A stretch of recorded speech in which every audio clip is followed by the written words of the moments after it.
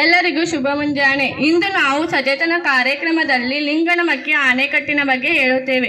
ಲಿಂಗನಮಕ್ಕಿ ಅಣೆಕಟ್ಟು ಶಿವಮೊಗ್ಗ ಜಿಲ್ಲೆಯ ಸಾಗರ ತಾಲೂಕಿನಲ್ಲಿದೆ. ಇದನ್ನು 1964ರಲ್ಲಿ ಶರಾವತಿ ನದಿಗೆ ಅಡ್ಡಲಾಗಿ ನಿರ್ಮಿಸಲಾಯಿತು. ಇದರ ಮುಖ್ಯ ಉದ್ದೇಶ ಜಲವಿದ್ಯುತ್ ಉತ್ಪಾದಿಸುವುದಾಗಿದೆ ಮತ್ತು ಇದು ಕರ್ನಾಟಕ ರಾಜ್ಯದ ವಿದ್ಯುತ್ ಅಗತ್ಯತೆಯಲ್ಲಿ ಪ್ರಮುಖ ಪಾತ್ರ ವಹಿಸುತ್ತದೆ. ಅಣೆಕಟ್ಟಿನ ಸಂಗ್ರಹ ಸಾಮರ್ಥ್ಯ 151.75 TMC ಅಡಿ ಮತ್ತು ಇದು ಗರಿಷ್ಠ 1819 ಅಡಿ ಎತ್ತರದವರೆಗೆ ನೀರನ್ನು ಸಂಗ್ರಹಿಸಬಹುದು. ಲಿಂಗನಮಕ್ಕಿ ಅಣೆಕಟ್ಟು ಪ್ರಮುಖ ಮಾಹಿತಿಗಳು. ನಿರ್ಮಾಣ 1964ರಲ್ಲಿ ನಿರ್ಮಿತವಾದ ಅಣೆಕಟ್ಟು. ನದಿ ಶರಾವತಿ ನದಿಗೆ ಅಡ್ಡಲಾಗಿ ನಿರ್ಮಿಸಿದ್ದಾರೆ. ಸ್ಥಳ ಕರ್ನಾಟಕದ ಸಾಗರ ತಾಲೂಕಿನಲ್ಲಿದೆ. ಉದ್ದೇಶ ಮುಖ್ಯವಾಗಿ ಜಲವಿದ್ಯುತ್ ಉತ್ಪಾದನೆಗಾಗಿ ನೀಡಲಾಗಿದೆ.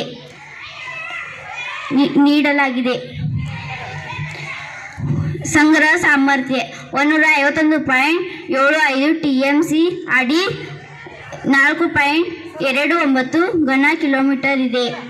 ಗರಿಷ್ಠ ಮಟ್ಟ 1819 ಅಡಿ ಉದ್ದವಿದೆ. ಲಿಂಗನಮಕ್ಕಿ ಮತ್ತು ಅಣೆಕಟ್ಟು. ಜಲವಿದ್ಯುತ್ ಉತ್ಪಾದನೆ. ಮಹಾತ್ಮ ಗಾಂಧಿ ಜಲವಿದ್ಯುತ್ ಉತ್ಪಾದನಾ ಘಟಕದಿಂದ ರಾಜ್ಯದ ಬಹುತೇಕ ಜಿಲ್ಲೆಗಳಿಗೆ ವಿದ್ಯುತ್ ಪೂರೈಕೆ ಆಗುತ್ತದೆ. ಇದು 1469.29 ವಿದ್ಯುತ್ ಪೂರೈಕೆ ಮಾಡುತ್ತದೆ. ಮೆಗಾವ್ಯಾಟ್ ವಿದ್ಯುತ್ ಪೂರೈಕೆ ಮಾಡುತ್ತದೆ. ಶರಾವತಿ ನದಿಯಿಂದ ಮಾತ್ರವಲ್ಲದೆ ಚಕ್ರ ಮತ್ತು ಸವಾಕಲ್ಲು ಜಲಾಶಯಗಳಿಂದ ನೀರು ಇಲ್ಲಿಗೆ ಹರಿಯುತ್ತದೆ. ಮುಳ್ಳುಗಡೆ ಪ್ರದೇಶ. ಅಣೆಕಟ್ಟು ನಿರ್ಮಾಣದಿಂದ ಸುಮಾರು 327 ಚದರ ಕಿಲೋಮೀಟರ್ ಭೂಮಿ ಮುಳ್ಳುಗಡೆಯಾಗಿದೆ. ಇದರಿಂದಾಗಿ ಸುಮಾರು 12,000 ಜನರು ಸ್ಥಳಾಂತರಗೊಂಡಿದ್ದಾರೆ. ಸುರಕ್ಷಿತ ಮತ್ತು ಪ್ರಸ್ತುತ ಪ್ರದೇಶಗಳು. ಭದ್ರತಾ ಕಾರಣಗಳಿಂದಾಗಿ ಅಣೆಕಟ್ಟು ಮತ್ತು ವಿದ್ಯುತ್ ಕೇಂದ್ರಕ್ಕೆ ಸಾರ್ವಜನಿಕ ಪ್ರವೇಶವನ್ನು ನಿರ್ಬಂಧಿಸಲಾಗಿದೆ. ಅದಕ್ಕೆ ಅನುಮತಿ ಪಡೆಯಬೇಕು. ಸೋರಿಕೆ ಮತ್ತು ಸಮಸ್ಯೆಗಳು.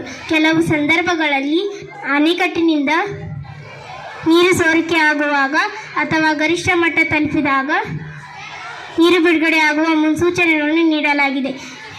ಇತರ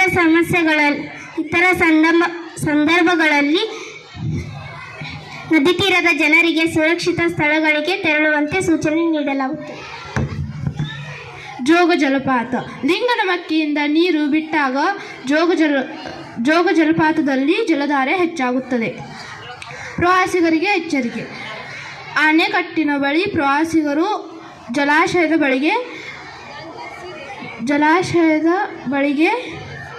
ಜಲಾಶಯದ ನೀರಿಗೆ ಇಳಿಯಬಾರದು ಎಂದು ಎಚ್ಚರಿಕೆ ನೀಡಲಾಗಿದೆ. ಧನ್ಯವಾದಗಳು.